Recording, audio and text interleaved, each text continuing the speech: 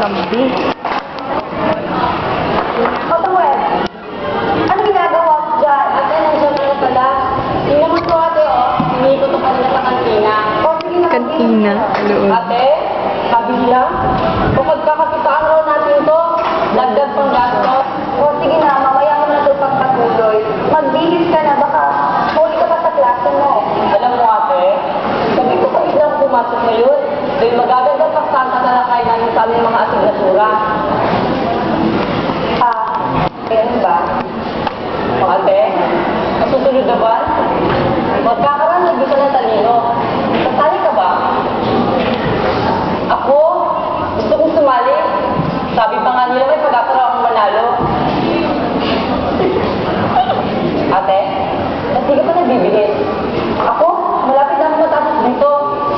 Sige na, pauna ka na. Ano ate? Pauna lang sa paaralan? Oo, itong baon. Sige na, baka mawali ka pa sa klase. Sumabay ka na sa akin. Siya nga pala, sinasa sa akin ng kaibigan mo. Baka mo nasunta kahapon. Hindi ako pumasok kahapon. Hindi rin ako papasok ngayon. Ano? Hindi ka pumasok kahapon? Yung isang araw hindi ka rin pumasok pa. Yung hindi ka na napapasok? May problema ba tayo ate? Wala. Hindi. Hindi ka na ganyan.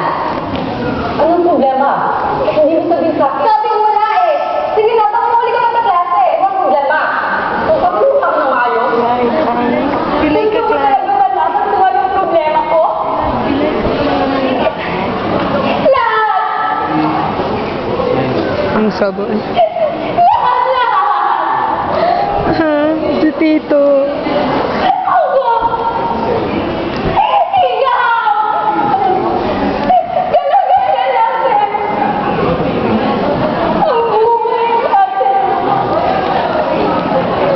Yan ang problema ko!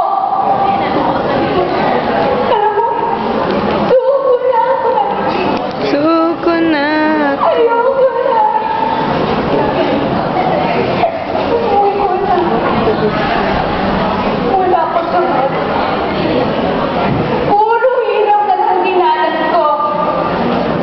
Ang dinanas natin dalawa. Lalong, iniwan tayo ni minsan man lang, hindi natin nakilala sa ating ama.